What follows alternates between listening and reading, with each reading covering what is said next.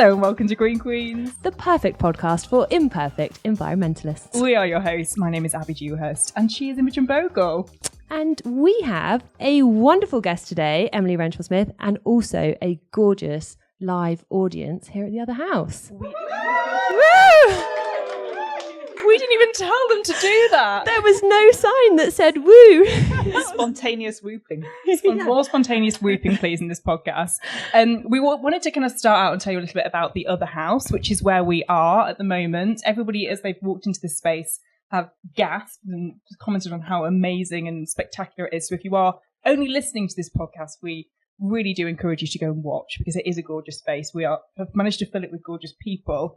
And the reason that this hotel and this members club is such a great place to host a podcast, particularly a sustainability-based podcast, is that this is a relatively new hotel chain or a hotel company just about to open its second hotel in Covent Garden.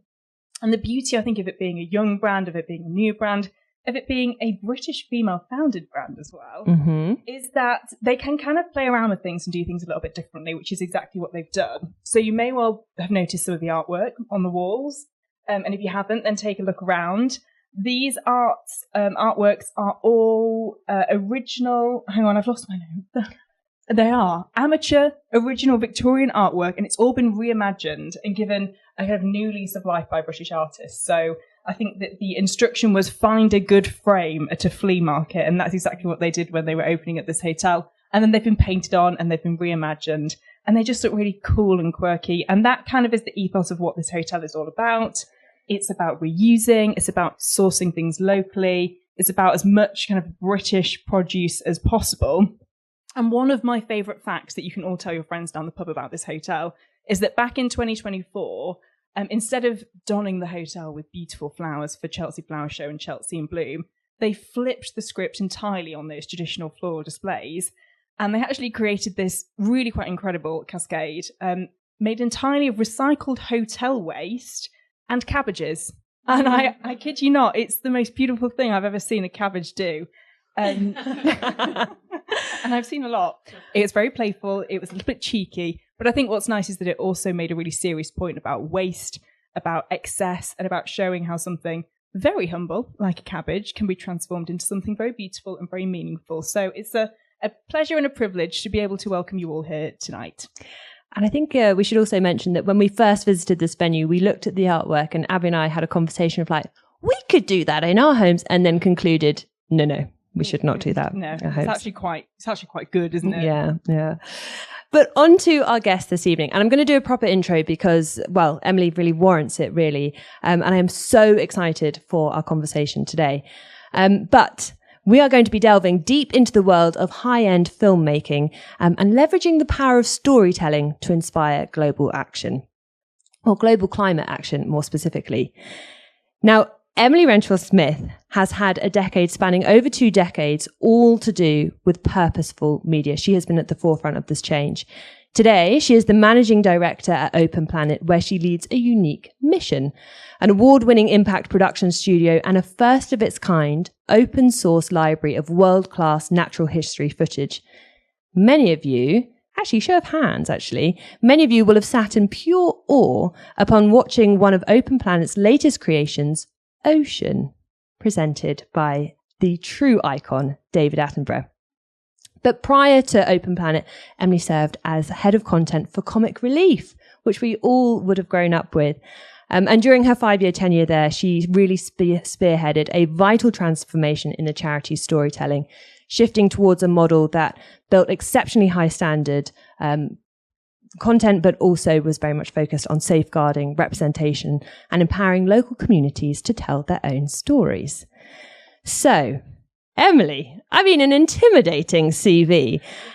It's extraordinary. And I think what really strikes me is that it almost seems, it seems very intentional. There is that very, very clear thread that you have been on this pursuit to do a good amount of good. Was that intentional? I don't think so. But having said that, my first job was at Channel 4. I was really, really lucky to land there because I hadn't previously had a particularly strong interest in documentary. I was just looking for a job in telly. And I managed to land a job in the documentaries commissioning team at Channel 4 as an assistant there. And it was during an era where Channel 4 were really at the forefront of impactful documentaries. And while I worked there, I worked with an incredible team who were commissioning all sorts of different types of stuff, from kind of wife swap and super nanny, quite high formatted factual shows, through to the best of the feature documentaries globally that they brought in through their True Stories brand. And I used to stay behind after work each day like a total geek, watching VHS tapes, as there were then. Had big drawers of everything that they'd commissioned and worked on, and just really immersed myself in the back catalogue of Channel 4's shows and documentaries, and changed my worldview with every film that I watched, and understood implicitly what the power of that kind of storytelling to really shift your view of the world, broaden it, change and shift your perspective, and even down to changing your behaviour. And it made me really passionate about the power of documentaries and storytelling to do that. And so that was what I was looking for, that golden thread through every job that I took thereafter. And it's not easy to do. There aren't that many of those kind of jobs which allow you to really fulfill that passion and that dream. But I've just been really, really lucky that that's been at the heart of everything that I've done since.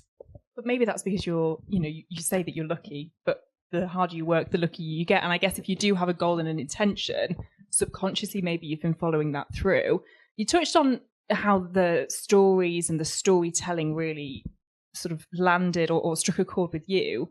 And I think when it comes to the climate and the climate crisis and the stories that we hear around that, it's an interesting one because there's also so much data. And why do you think it is that we're able to connect differently with a story to perhaps seeing crazy stats which are in the news every single day? I think we're hardwired as humans to respond to stories. You go right back to the sort of oral traditions in different communities through to mass media today. Like we are hardwired to respond to those kind of stories, and it impacts on you and helps the information go in a way that just pure data or factual information often doesn't succeed at.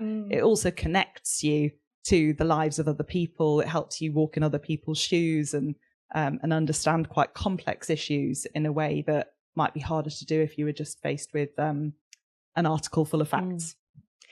It's extraordinary that, so in my normal job, I talk a lot about electric vehicles, and the most powerful sort of stat that can indicate where someone is on their journey to electrification is not like, the percentage of new electric vehicle registrations. It's, do they know someone who has one? Because especially in these sort of new technologies, the power of anecdote is exactly that. It's super, super powerful. Now, today at Open Planet, you have obviously been at the forefront of things that have reached tens, if not hundreds of millions of people. But it's not just those sort of big format documentaries that you do. You've also reached people like the G7, which is just mad. And I wonder if you could just expand a little bit on the mission and vision of what Open Planet is all about. I think we decided, quite early on that we didn't really care what the medium was. It was the mission that was important to us. And that's really been very freeing in terms of the types of programming and the output really of the company. So yes, we make feature documentaries like Ocean with David Attenborough, which we co-produced with Silverback Films. We also have gone into immersive shows. So we've got a show on at the Natural History Museum called Our Story with David Attenborough, which is projected on all the walls around a room and deeply immerses you in a sort of 40-minute narrative. We're moving now more into podcasts and other areas as well. But with everything we do, we're really thinking about the audience and what we want that audience to do. So whether that audience is a mass public or it's 7 really important people in a room, we're really thinking about what do we want those people to think, feel and do having seen that film. And most of the time that's through, kind of really pulling them in. At Ocean particularly, we talked about the fact that it's very difficult for generally people to connect with the idea of the high seas and the deep ocean, because most of us don't get the opportunity to experience it. It's not part of our daily lives.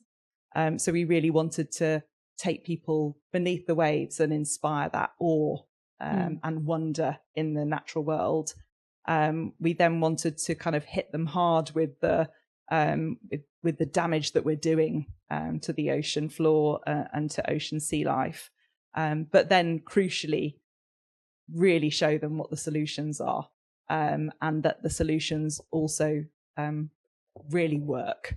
And if you leave the ocean alone, it recovers and bounces back better than we ever could have imagined.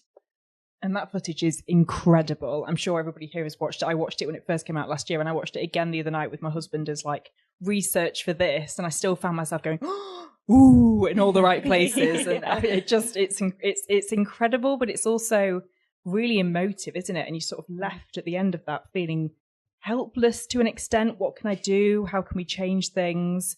And I remember when it was first released, the amount of conversation around the ocean, which just hadn't happened before.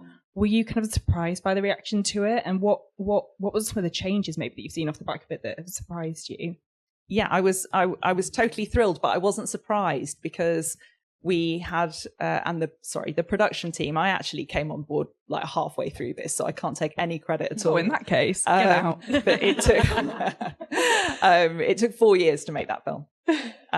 But right from the very beginning, from the first conversations with Sir David, that I know from the anecdotes I've heard from Colin and Keith, who were the exec producers on the film and directors on the film, the impact was baked in. They knew that there was a really important UN Ocean Conference coming in 2025. They knew that there would be some key decisions being made about the High Seas Treaty. And so right from the very beginning, they were leading up to that moment. And we also were very fortuitous that it nicely timed with Sir David's 99th birthday, which also garnered lots of attention on the film. We had some fantastic partners who were in the right place and position to really campaign alongside the film. Whilst I'm really thrilled with the impact, it really was intention to have that kind of impact right from the start. And thousands of fantastic organisations have been campaigning on this issue for decades. But what's been so great about the film is that it was the first time that we saw things like the destruction that was being caused by bottom trawling and dredging, because we figured out a way to film it, and we managed to get access to film it in a way that no one had done before, and that really brought it home to people, and it really kind of pushed some conversations over the line, I think, in terms of getting that treaty signed and ratified. Well, it's so extraordinary because, as you say, you get that wonder and awe as you go deep beneath the surface, and you're like, this is like Disney Pixar, apart from it's real. And then to have that juxtaposed by the damage caused by bottom trawling, and it feels aggressive. And whilst obviously that mission and vision was so imbued right from the start, we have sort of already mentioned before, I think we started recording, that a lot of what we do is judged by the number of views, the engagement, the likes, the ratio of like to dislike, etc., etc. What were your KPIs? How did you actually measure the success? And how did that ultimately translate into how it could be funded? Well, we often talk about where does our role begin and end as filmmakers. It's our job to produce the film and to make a really fantastic piece of content that then others can use to great effect. But we worked with some great partners on that film who all had kind of campaigns running alongside it. I think what worked really well was really applying our theory of change to that project, which is that we have the film, which we really engaged that mass audience with, and we had a theatrical release, we had a premiere, and then ultimately it was released on Disney Plus, and it's found a huge audience in all of those in all of that distribution. But we also released some short assets that alongside a communications toolkit, and that was really effective and went viral on social and had a huge engagement and spread on across social media. And then we took a shortcut of the film and really pointedly showed it to decision makers and in very important rooms. So we took it in to show Keir Starmer in a room of MPs in the UK. We did the same in other governments and at the UN Ocean Conference. And that's kind of really targeted. Okay, we want you to care about this and we want it to directly influence the decision that you're making about this specific thing. And then we open source all of that footage onto Open Planet to allow filmmakers everywhere, content creators everywhere, to really take that content and extend the impact that it can have globally, speaking to their own communities and their own audiences. Which really worked, by the way. I have never seen anything go more viral in all of my life. And I think that's really testament to the fact that I think nowadays it can feel like sometimes we're in a world where, no, this is my content. I work really hard on it. So you're not allowed to access it. And actually, no, you can't share that. You can't use that photo without access to this. And it feels quite ridiculous, really, particularly when you're all trying to fight the same fight and you're all trying to spread the same message. And I think it's so wonderful that you've opened up this incredible catalogue of footage to anybody and everybody who wants to fight the same fight and share the same message. And it is proof in the pudding that it really worked, and it sort of felt like the whole world all of a sudden was talking about this and able to showcase this incredible footage that you got. But we were talking about this earlier, actually, as we were having lunch. As I mentioned, I watched it last year when it came out. Afterwards you're furious and you want to act and you've got loads of energy. I'll never eat a fish ever again. Literally, you go to bed that night and you're lying in bed thinking, right, what can I do? And then you get up the next morning, your alarm goes off, you go to work, you live your day, you're busy, you've got life. 3 days later, before you know it, you're eating a tuna sandwich and you sort of realise that you failed, and then don't you feel that? But we're part of the problem. Yeah. I mean, I was going to say we're hopefully part of the solution. Well, also that. Yeah. But that's one thing that we were talking about is how do you keep the momentum going? How do you as filmmakers as well make sure that this isn't just this incredible thing that you produce once and then move on to the next project? Has it been a year since it came out? When did it come out? Yes. So what are you doing a year on? I mean, firstly, don't you think we put too much emphasis on individual action? Certainly do. I mean, the message of the film wasn't don't eat fish. Yeah. It was if we do this thing, if we protect 30% of the ocean, we can all eat fish. Yeah. We just have to be conscious of where it's coming from and how it's been fished and make sure that we're protecting 30% of the ocean at least. And the way we need to do that is to get governments to sign up to this thing and hold them accountable to their commitments. That's what we can all do, is be conscious of what government is doing and make sure we vote for the right people rather than feeling too anxious about eating a tuna sandwich. It's just particularly bad anxiety day, okay? But yeah, I mean, we could go on working on that film for the next 2 years, just that, and nothing else. But obviously we can't do that because we've got to keep finding new projects that are going to keep our company alive. But it's got a great education toolkit and screening toolkit, so anyone can host a screening in their community. And we're only just seeing the beginning of people really taking that on and doing it. I think that footage and that film will continue to have an impact for a long time to come. It's not like the issue is going away anytime soon. The open source library, I shared it with the production team in my other job. And because if you watch our episodes, you will see a similar shot of a solar panel used many, many times. So as an experiment, I went onto the library and was like, solar panel. And was like, right, this is great. So it has already got at least 7 customers there. But one of the things that really struck me as I was watching Ocean the other day is that if we reflect on Sir David Attenborough's life, like when he first started talking about this, the cameras were not there. So many people couldn't Google image this. There wasn't even a book where there was the image. They were relying on his, telling a story, on his words. And fast forward to today, and we live in a world where there is such an abundance of content, and not just content that's real, but actually that's oftentimes fake, and that we can conjure any kind of horror or wonder in equal measure at a simple command. And so I wonder, in this world where we just have this abundance of slop, really, how we can continue to tell stories that really cut through and continue to get that emotional engagement? My hope is that people will tire quite quickly of stuff that isn't real. I think the challenge is knowing what is real and what isn't, and for legislation to catch up with where the technology is, so that we can be really clear about labeling something that's true and something that isn't. I think that's the biggest challenge. But I think it's the value in Open Planet is that, you know, when you come to that material, it's true, it's scientifically verified, it has accurate information about where it was shot and what it depicts. And I think there's huge value in that. And you know, it's why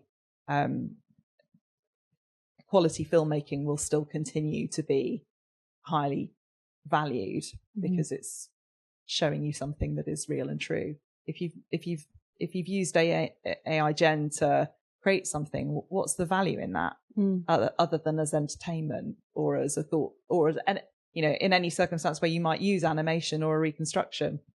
Yeah.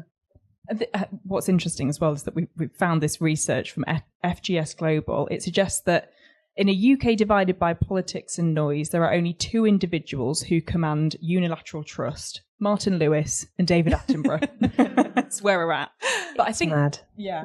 And of course, you and I. Oh, also that, yeah. But I think in a world where AI is growing and you are seeing, you know, huge amounts of dis and misinformation online, it's where then those trustworthy individuals become potentially even more relied upon, isn't it? What does it look like, do you think, in terms of sort of entertainment, when we're talking about the climate and talking about issues that don't kind of add to what feels quite stressful, add to the noise? How do they kind of break through and cut through and not leave people with even more climate anxiety, do you think? I mean, I think it has to be hopeful storytelling. Like, you know, we've come from a history of climate documentaries, you know, Inconvenient Truth onwards, that try and sound the alarm and get us all very anxious about what's happening. And those documentaries have sort of done their job at this point. We all know how bad things are, or maybe we don't, but we don't want to know. What we really need is to use culture to help us imagine the better future that's possible, and the cleaner, cheaper lives that we can have if we're successful in implementing all these solutions. So certainly for us, anything that we develop now is very solution focused, very positive. It might show you what's at stake, but it will certainly offer you, you know, this is what we think is the best solution to this problem, and this is why we should get behind it and how. And do you think that that's where individuals can come in as well, like Martin Lewis or David Attenborough? Well, no, I just so this is a tangent. Sorry, we should have gone down this. I just find it so striking that it is a shame that the two most trusted people in the UK, because I did this with my family. I was like, guess the two people who are most trusted in the UK, and they were like, Mary Berry. No. Why did it have to be two men? So yeah, we'd like to appear on that list. We will petition to get ourselves on that list. I'm with you. Yeah, we need a new generation of trusted storytellers. I love that you went with Mary Berry. Trust on how to make a Vicky sponge. She can make a Vicky sponge. Yeah, we'll give it that. It's a problem for us too. You know, you can't rely on all your talent being in their 90s. This is also what I'm stressed about, and I kind of didn't want to say that out loud, but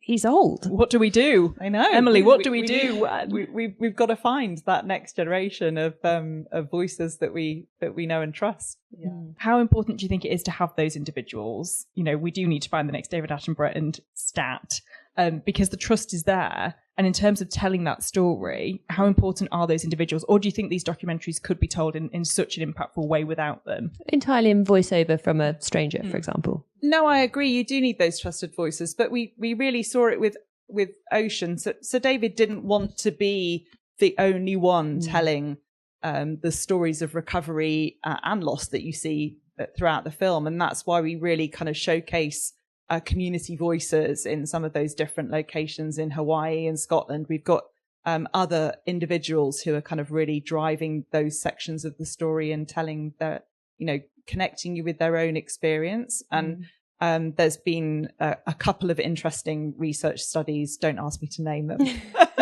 recently, but I've seen that have talked about the importance of community storytelling. And that's what people really want to see when it comes to engaging with the climate and nature crisis, is local solutions and communities coming together to implement them. And those human stories are going to be ever more important. It doesn't have to be necessarily somebody hugely well known. It needs to be from lived experience as well. Unless you're Nat Geo and you're commissioning, because Will Smith seems to get all the good gigs. Oh, he does. But it's so true. And when I was watching Ocean, so last year I filmed with a guy in Scotland called Hans, and he'd electrified his fishing boat. And it was this extraordinary thing, because he was like, my whole career I've taken from the sea, and now it's my time to give back. And I wanted to be doing this in the least impactful way possible. And he was an individual who lives in this tiny village. He filmed the whole thing.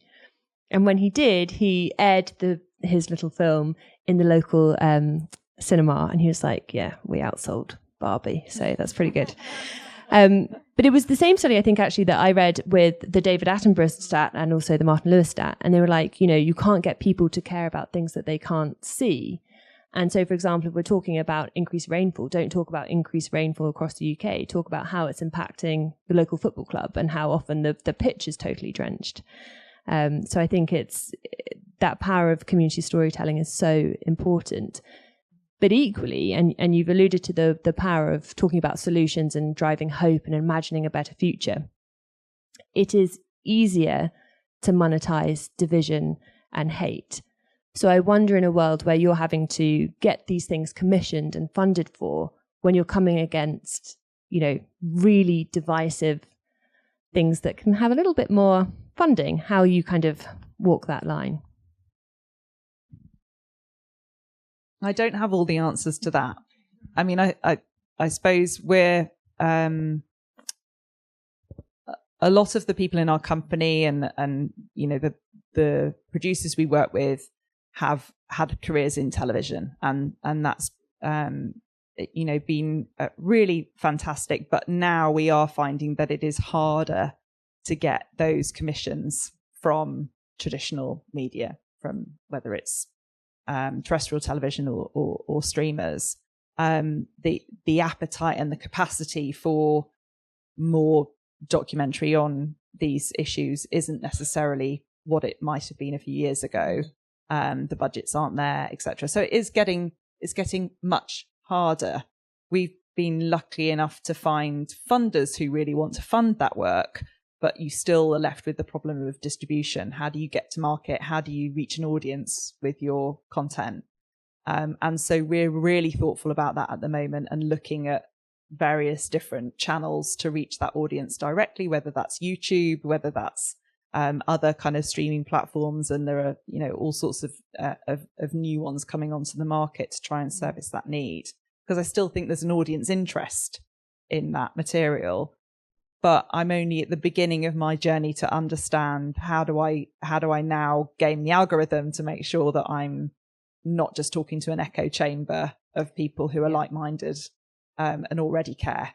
How do I reach beyond that to people who don't yet know that they care, and or don't yet know how to engage in that content? So ask me in a year, because we've got a new feature documentary coming out this summer that will be a real experiment for us in terms of distribution, and will be really interesting to see how we find an audience for that film.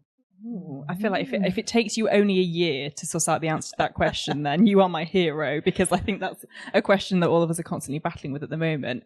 And we have seen a real shift, haven't we, from longer form documentaries, which are obviously still a thing and still very important, but to this crazy short form, short attention span world where people just want kind of 15 seconds worth of information. And actually sometimes the impact that those short TikToks or Instagram reels or whatever can have in terms of reach, in terms of audience, maybe that is ultimately what you have to utilize to get out of this echo chamber. The virality, you have to sort of jump on those sorts of things.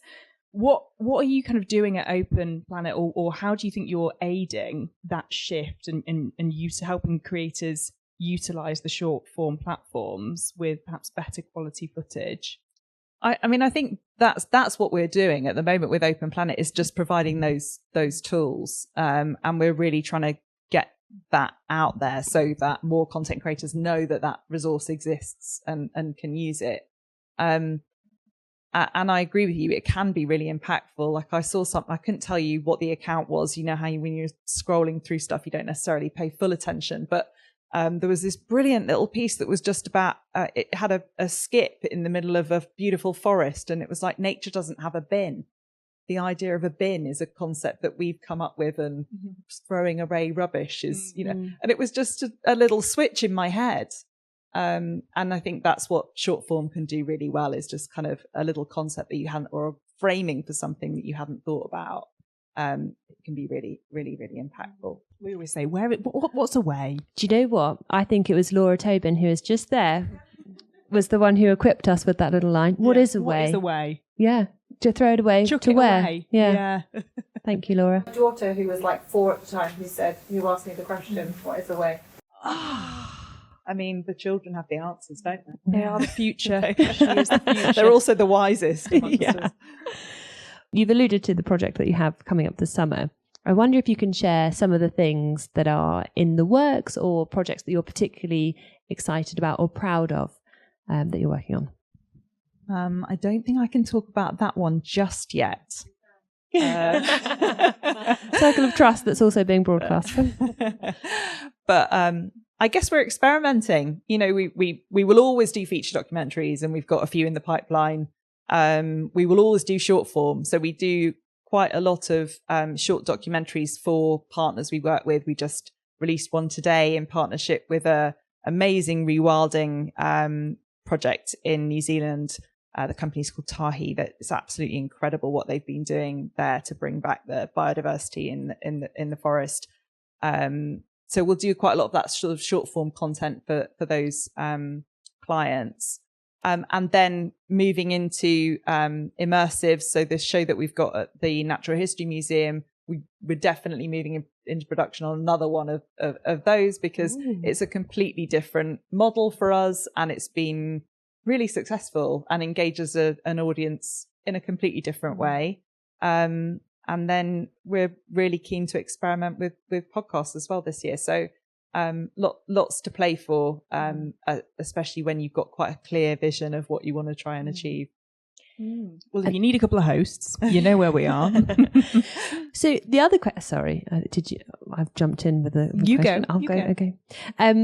If, let's say, for example, there was a mysterious benefactor who was like, whatever you want, I will write the check. And so assume you could make any project that you wanted to. What are some of the stories you'd really, really want to tell? Well, that's a really good question. I haven't thought about it. We can return to it if that's easier. I mean, to be honest, if there was an amazing benefactor at the moment who wanted to give me some money, it would be to really kind of bring the next generation of the openplanet.org platform to life, because there's so much that we want to do to make that platform more accessible to people, to do more storytelling support for communities who want to use it but don't quite know how. So that, that would be really amazing if we could kind of build the next vision of, like, meet my vision of what that platform can become. So any millionaires listening, give us a little comment and we'll get in touch, because we've got a project for you. We can also spend it well if anybody wants to give. We'll have a couple of lunches and then we'll, yeah. And then you can take the rest. So if there's a brand or an individual listening that is really trying to enhance storytelling and make it so much so that it does inspire actual action, are there kind of 3 bits of advice that you could give to people, given that you've had this incredibly successful career in storytelling? I think number 1 is audience. Really think about who you're trying to reach and what you want them to do as a result of seeing your content. So often that is not considered enough at the start of a project. Then, who are you connecting with? Who should be telling the story that you're telling? Really think about representation. Who is that issue or that subject really affecting, and making sure that voice is heard and comes through, so that you're representing the issue in a way that feels responsible and right. And then don't try too hard, because, you know, if you're too on the nose with your messaging, everyone's going to switch off. Really, you've got to entertain first, and you know, make it something that people really want to watch and engage with. Do you see any examples of any brands or individuals that are like, yeah, they're doing this really well? She's a harsh critic. I'm very excited. There's a new film that I've seen the trailer for that I saw and thought, God, I wish I'd done that.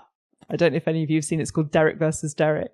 Anyone working on that? No. And it's about two farmers in Devon, I think, one of whom really believes in rewilding and biodiversity, and one of whom has this kind of post-war, we must feed the world, you know, we must yield as much food as possible from the land mentality. And I, you know, have no idea how it will play out, but that's the trailer and setup for this documentary, and it just felt so right and personal, but really kind of getting into the issue, you know, and it is, when we think about one of the biggest challenges facing us on this planet is food systems and land use. And it's going to be the one that's most confronting to us as individuals, because food is part of our traditions and our families and our relationships. And it's very personal. So making those changes and making those changes to the system is going to be hard. And so we've really got to find the right way to engage the public in that story. And I just saw that and thought, wow, that's a really fresh take, and connecting it back to the struggles of, you know, farmers trying to do that on their land, which is, you know, never an easy way to make money. I think one thing that is for sure, Emily, is that you're going to get to the end of your career and hopefully feel incredibly proud of everything that you've achieved. What do you think is the thing that you are most proud of? I don't know. Is it too soon to tell? Okay, think of something from the past 5 years that you're like, do you know what? I feel really proud of that. It's always been very important to me to work with good people. And I think one of the biggest achievements for me has been, I've always worked with just the nicest, you know, smartest people. And that has been so gratifying. And it's the most important thing, isn't it? To be surrounded by people who are kind and engaged and passionate about what they do. And I've been really lucky to have that. And then I suppose my time at Comic Relief, actually, it was so exciting working on that campaign every year and seeing the amount of money raised and knowing that I'd played a part in that. That was very rewarding. And I kind of missed the buzz of that because it was very immediate. Yeah. Very immediate, and there's a very tangible number attached to that effort, which is incredible. And then seeing people with their red noses on as they were. Yeah. And it's something that anywhere in the UK, you know, you go and you say you work Comic Relief, everybody knows, everybody's got a story to tell. I remember when this happened in school, or I did this challenge, or I saw so-and-so on their tandem bike or whatever, cycling through whatever village. It is Greg James this year. I mean, he was incredible, wasn't he? Yeah. What a ledge. I know. What I get quite stressed about, though, is I'm like, where can they go from here? Because poor Sarah Cox, I'm like, her hips and her knees must have really taken a battering in her challenge. That was Children in Need, not Comic Relief. Yeah. Everyone always gets them mixed up. Yeah, I just did exactly the same thing. But like the BBC presented challenges, where do we go? I know. What are they going to do? Swim the Channel? Oh no, swim the Atlantic. I don't know. Are you nominating yourself? Absolutely not. But if that's how you get to be a Radio 4 Today programme presenter, then I will risk the sharks. Well, we did say that we would do about 40 minutes. And I think we are about 40 minutes. We've done about 38. So that's pretty my gosh, perfect, we've which gives us just enough time to, I don't know if we've given you the heads up on this question, Emily. We definitely haven't. It's the question that we end our podcast with every time. And it seems to throw our guests off more than any other question that we ask, even though it's probably one of the most simple. And it is, what is the last thing that you did with the climate, with the environment in mind? What, on a personal level? Yeah.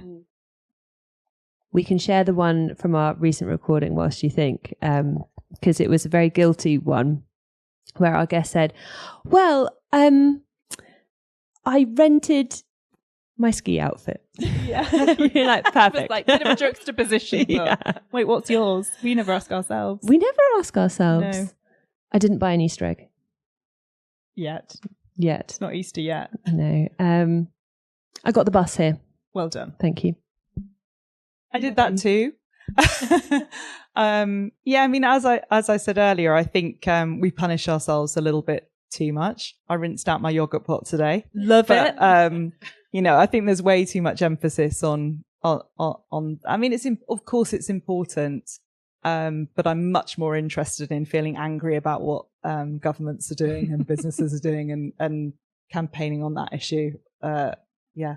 I agree, but it's always worth celebrating the yogurt pot because it's a fact. True. It is a fact. So Yeah. well done. I did the same. Thanks.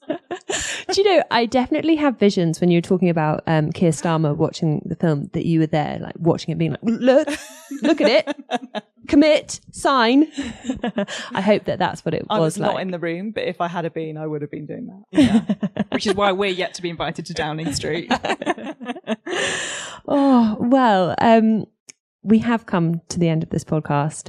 I know that there will be so many more questions. We probably generated more questions than we provided answers. So I hope that everyone can stick around for a bit and we can continue the conversation once the cameras stop rolling. But thank you so much for being our guest today. The dream guest, Emily. Thank you. Thank you for having me.